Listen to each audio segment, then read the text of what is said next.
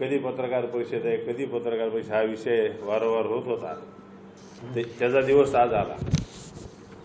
86-87 पासून शिवसेनेचं काम करत असताना रात्रंदिवस भगवे झेंडे लावत, शाखा करत, पदावर असताना नसताना, बाळासाहेबांचा विचार बीड जिल्ह्यामध्ये रुजवत असताना माझ्या आयुष्यात अनेक घटना घडल्या.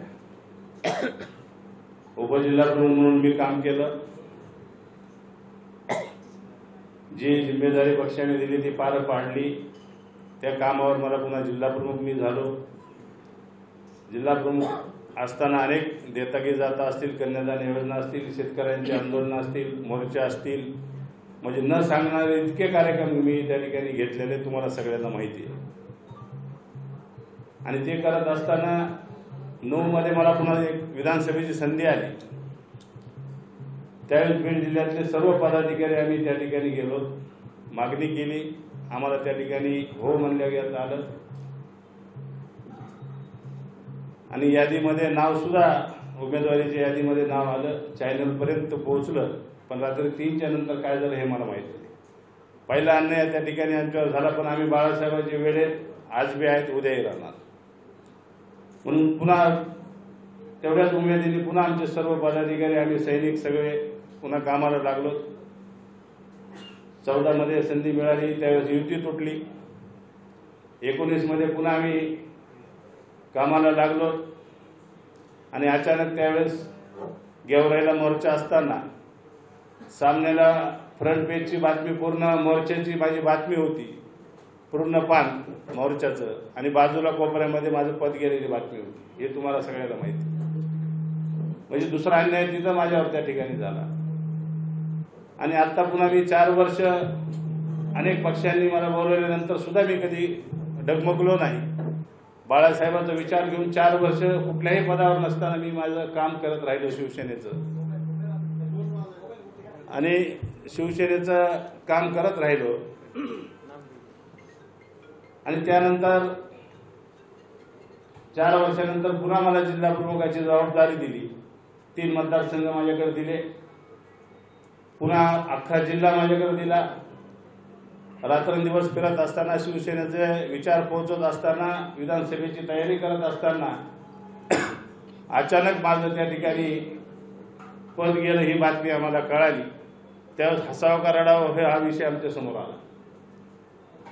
म्हणजे नेमका विधानसभा जवळ आली की माझ्याबरोबर असं का होतं ह्याचं प्रश्नाचं उत्तर आजपर्यंत मला मिळालेलं नाही. आणि माझ्याकडं माझं पद गेल्यानंतर अनेक नेत्यांना मी फोन केला, अनेक जणांना विचारलं माझं पद काय काढलं, त्याचं कारण तरी मला सांगा. पण त्याचं अद्यापही कारण मला त्या ठिकाणी मिळालं नाही. आणि वारंवार शिवसेनेचे विचार घेऊन मग जिल्हा परिषद असतील, पंचायत समिती असतील, नगरपालिका असतील, मोठमोठ्याने नेत्यांच्या विरोधात इथं शिवसेनाचं काम आम्ही त्या ठिकाणी करत असताना, कुठं ना कुठं कार्यकर्त्यांना न्याय मिळेल तो प्रयत्न आम्ही करत असताना, मग ज्यावेळेस आम्ही जोमाने कामाला लागतो आणि अचानक आमच्या शक्ती काढून घेण्यात येते, हे वारंवार ही 3री वेळ आहे. म्हणून आता या ठिकाणी येणाऱ्या विधानसभेसाठी मी पूर्ण ताकदीनं या ठिकाणी उतरलो होतो, तुम्ही सगळेजण बघत असाल. आणि अचानक ही घटना घडल्यानंतर मग मी आता ही घटना घडल्यानंतर मला प्रश्नाचं उत्तर मिळालं नाही. आणि बीड जिल्ह्यामध्ये काही दिवसापूर्वीच शिवसेनेमध्ये आलेले आमदार सेना या ठिकाणी त्यांचं वर्चस्व कसं या ठिकाणी होईल त्या पद्धतीनं त्या ठिकाणी सुरुवात केली. पुन्हा संपर्क प्रमुख म्हणून पोद्दार या ठिकाणी आले. त्यांनी त्यांचं वर्चस्व इथं कसं निर्माण करायचं ते करायचा प्रयत्न केला.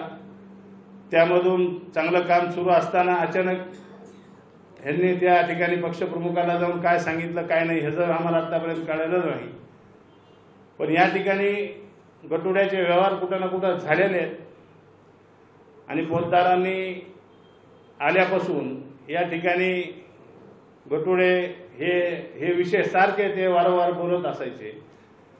आणि माझं त्यांना आव्हान आहे संपर्क प्रमुखाला, मी जे आता त्यांच्यावर आरोप करतोय त्या आरोपाचा त्यांनी खुलासा करून दाखवावं, नाही तर मी सबूत त्यांना देतो. म्हणून या ठिकाणी असे लोक संघटनेमध्ये पक्षामध्ये काम करत असतील तर पक्ष कधीच वाढणार नाही. आणि अंधाराने सगळं महाराष्ट्रामध्ये अंधार करायचा ठरवला आहे. आणि असंच दिसतंय की अंधाराचं सगळं ऐकलंय चाललंय का काय, म्हणून या ठिकाणी बीड जिल्ह्यात सगळा अंधार झाल्याशिवाय राहणार नाही। आणि हे कोणाच्या तरी नेतृत्वाखाली हे पक्ष संपवायला निघालेली ही टोळी ही वेळेस नाही थांबली तर पक्ष कुठं राहील याची गॅरंटी सुद्धा आपण देऊ शकत नाही। कारण की आमच्यासारखे 40-40 वर्ष झाले, 38-40 वर्ष, 25-25 वर्ष झालेले सैनिक, बाळासाहेबाला मानणारे सैनिक, आम्ही रात्रंदिवस झटणारे सैनिक आहेत। अशा लोकांना या ठिकाणी पक्षातून डायरेक्ट हकालपट्टी। गेल्या वेळेस तुम्ही बघितलं असतं 40 वर्षापासून संपर्क प्रमुख होते आपले, पहिले 40 वर्ष झालं पक्षाचं प्रामाणिक काम करत, त्यांचे डायरेक्ट हकालपट्टी, पदावरून मुक्त बी नाही। म्हणजे असे प्रकार वारंवार शिवसेनेमध्ये घडा लागले आणि हे उद्धव साहेबांच्या लक्षात येतंय का नाही हे मला माहीत नाही, पण त्यांनी लक्ष घालायचं काम होतं। पण असेच प्रकरण आता कोल्हापूरमध्ये तेच प्रकरण झालं, राजू शेट्टीच्या तिथलं, त्यांनी एक पत्रक विरोधात काढलं, त्या जिल्हा प्रमुख त्याची हकालपट्टी करून टाकली। म्हणजे नेमकं काय चाललंय आणि दिशा कुठल्या पक्षाची चालली हे आम्हाला या ठिकाणी कळालं नाही।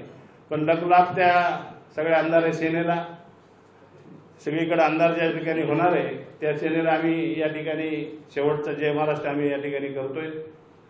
येणाऱ्या 9 तारखेला संध्याकाळी 8 वाजता महाराष्ट्राचे मुख्यमंत्री एकनाथजी शिंदे साहेब यांच्या नेतृत्वाखाली खासदार युवा सेनेचे श्रीकांतजी शिंदे साहेब यांच्या नेतृत्वाखाली 9 तारखेला 8 वाजता संध्याकाळी आम्ही त्या ठिकाणी जाहीर प्रवेश सगळे पदाधिकारी, लोकप्रतिनिधी सर्वजण आम्ही त्या ठिकाणी करणार आहे।